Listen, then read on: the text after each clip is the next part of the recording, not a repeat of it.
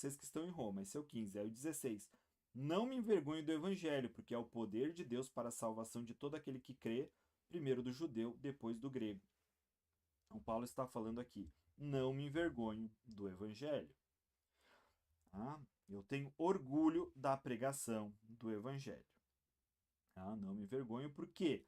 Porque ele é o poder de Deus para a salvação de todo aquele que crê. Primeiro do judeu, depois do grego. Basicamente, qual o termo utilizado aqui? Dunamis. Na Epístola aos Coríntios, Paulo, em determinado momento, ele vai falar que ele não está querendo ver as palavras daqueles que enganavam os coríntios, mas ele queria ver o poder, porque o evangelho não consiste em palavras, mas sim em poder. Jesus, quando nomeia os seus discípulos, ele concede poder aos discípulos para que eles pudessem pregar o evangelho. Então, o evangelho para Paulo ele não é meramente um conjunto de palavras, mas ele é o poder de Deus, a dunamis de Deus para a salvação de todo aquele que crê, basicamente. E então, nós temos nesse próximo versículo, o versículo mais importante desse trecho e também mais controverso. Porque no Evangelho é revelada a justiça de Deus, uma justiça que do princípio ao fim é pela fé. Como está escrito, o justo viverá pela fé. Existe uma guerra calvinista dizendo que se a fé fosse humana, ela seria uma obra. Claramente no texto, a gente primeiro precisa entender o que se fala quando temos uma distinção entre fé e obras. Tá?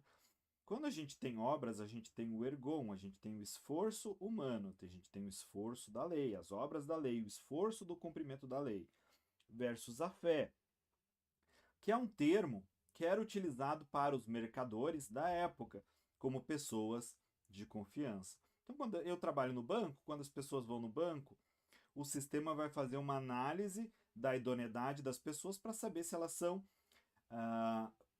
de confiança para receber empréstimos. Nem sempre os gerentes ou mesmo o sistema são capazes de prever toda a situação. Então, basicamente, fé é acreditar, é ter confiança em alguém.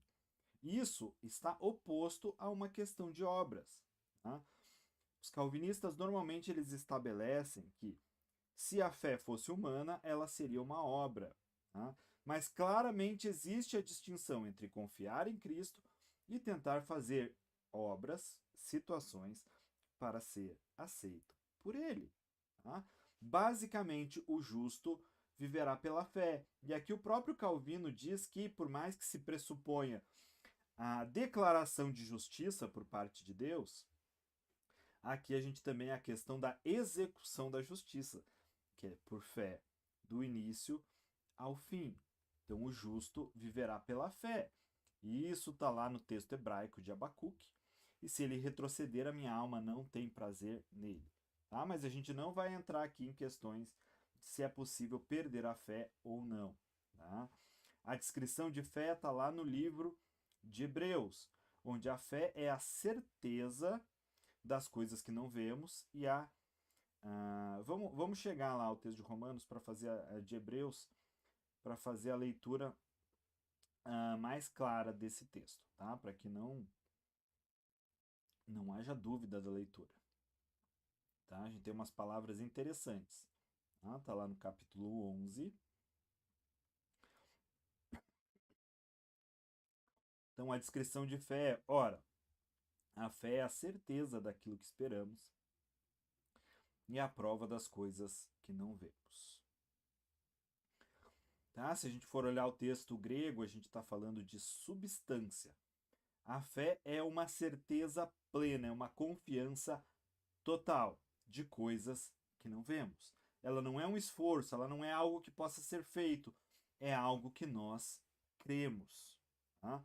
Dessa maneira, Deus nos chama a ter uma atitude de fé. Tá? A descrição de fé está no livro de Hebreus. Então a gente traduz Bíblia com Bíblia. Não vou eu dizer que a fé é um esforço. Basicamente, o estudo de hoje é esse. Vamos orar para encerrar essa live. Você que gostou, deixe seu like, compartilhe esse vídeo.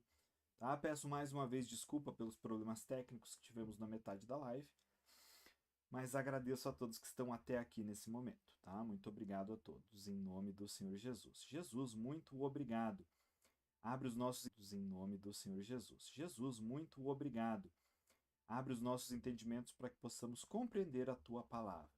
Ajuda as pessoas a terem um encontro poderoso com o Senhor e possam aprender mais de ti. Ah, confiamos em ti. Muito obrigado, Jesus. Em teu nome que eu oro. Amém. Bom, compartilhe se você tiver pedidos de oração. Deixe nos comentários que eu vou orar por todos os pedidos que